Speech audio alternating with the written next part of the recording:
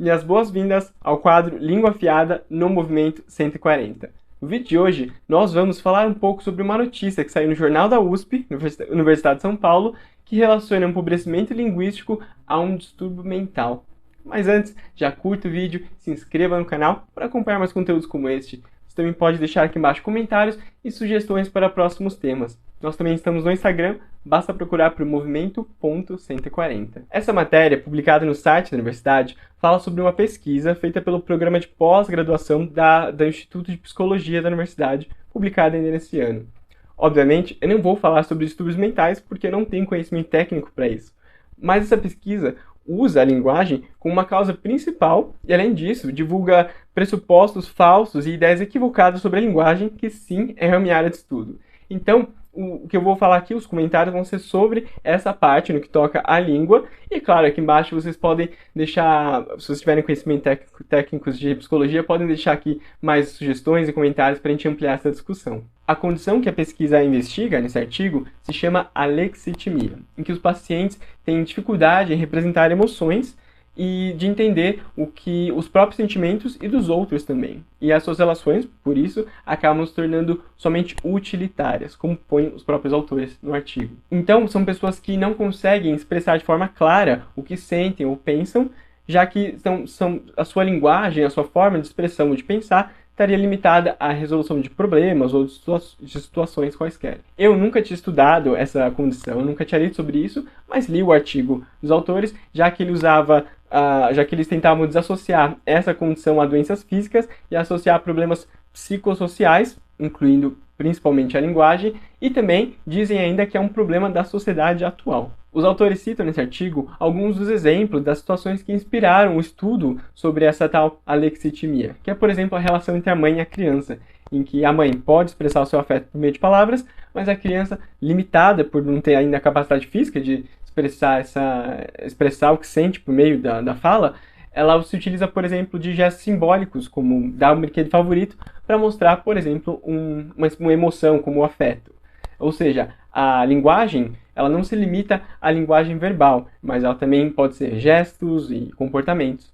E isso, para quem não sabe, está incluído sim no estudo da linguística. Aliás, a linguística não é o estudo só da linguagem verbal, porque existem outras modalidades de linguagem. Então, apesar da linguagem falada, a linguagem oral ser mais privilegiada nesse estudo, a gente sempre tem que lembrar que ela não acontece sozinha na realidade. Ela vem acompanhada de olhares, ela vem acompanhada de gestos de mão, de cabeça, e isso, na linguística, nós chamamos de semiologia. Até aqui, tudo bem, porque isso faz parte, sim, do estudo da linguística. O problema é que na metade do artigo, os autores e os textos, as citações, os outros trabalhos que eles trazem para embasar a sua teoria, partem do pressuposto de que a língua, primeiro, está empobrecendo, e eles nunca discutem isso, eles nunca falam, nunca trazem base técnica da linguística para poder explicar o porquê que está empobrecendo, e simplesmente assumem isso como um consenso.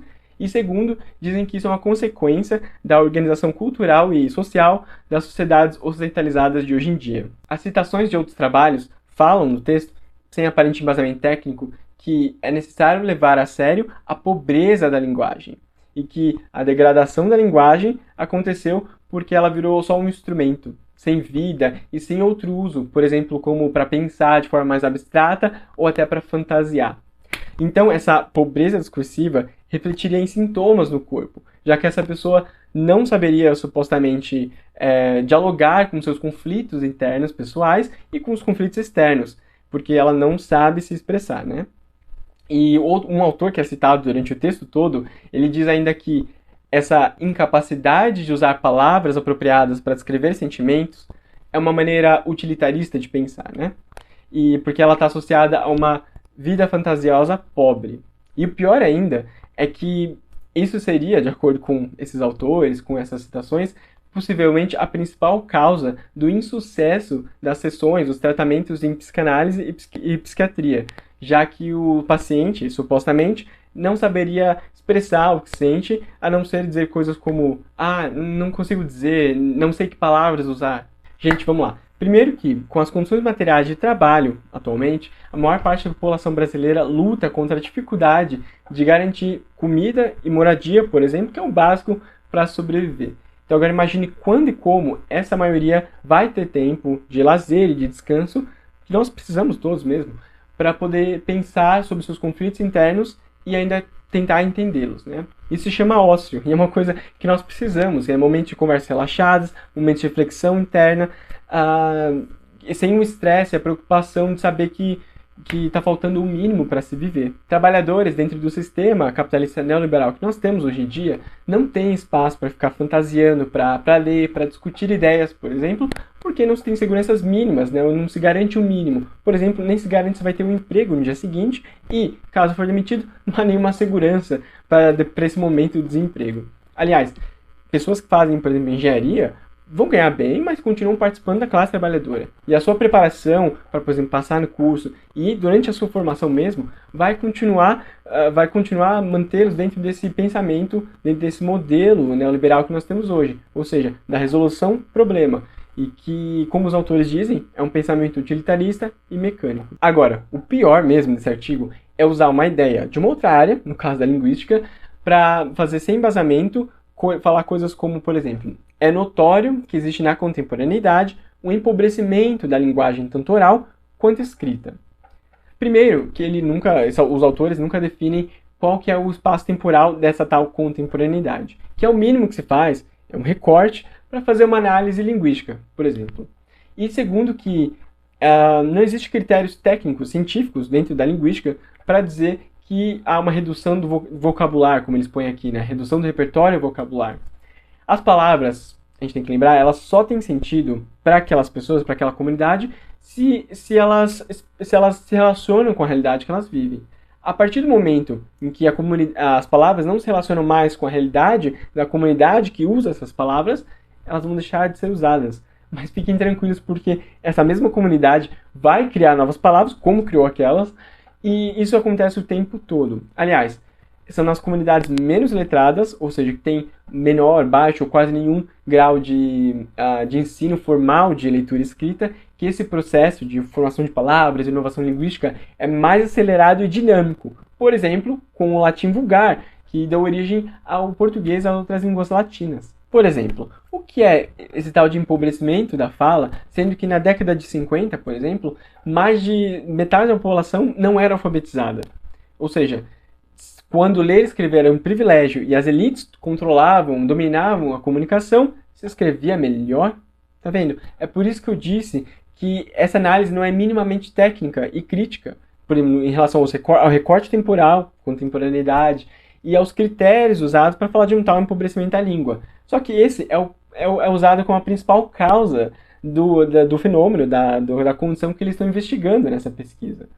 E mais da metade do texto, por exemplo, é falando sobre esse tal empobrecimento da língua, sendo que nunca é explicado, nunca é explorado profundamente, mas continua sendo ainda o foco de toda a discussão. Ainda tem uma seção exclusivamente dedicada a divulgar abertamente o desconhecimento e o preconceito linguístico. No texto, diretamente, menos palavras e menos verbos conjugados significam menor capacidade de expressão de emoções e menor capacidade de elaboração do pensamento.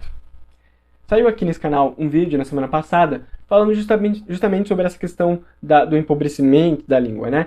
Que ter menos formas, uma menor quantidade de formas verbais na conjugação não tem nada a ver com o empobrecimento da língua, porque elas só existem, né, se elas otimizam e melhoram o uso da língua pelos falantes. Senão elas não teriam aparecido na sociedade, né?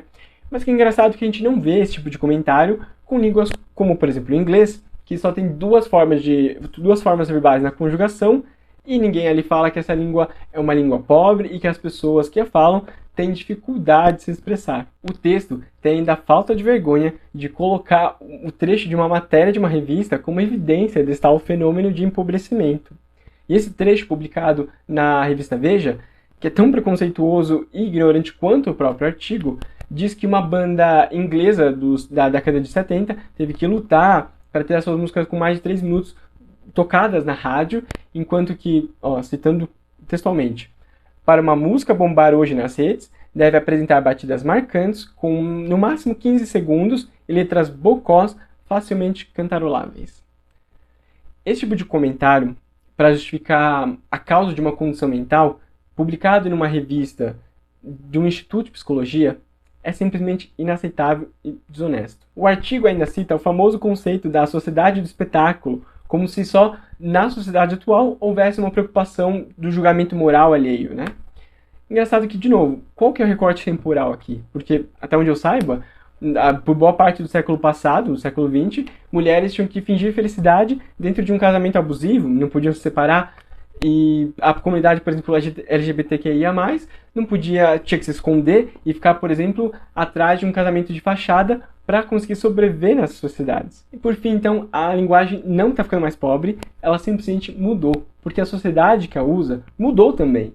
Então, por exemplo, se ter uma menor quantidade de formas verbais na conjugação funciona em termos de economia linguística, isso vai acontecer no seu uso pelos falantes, gostem ou não os conservadores de uma língua inexistente fora das gramáticas.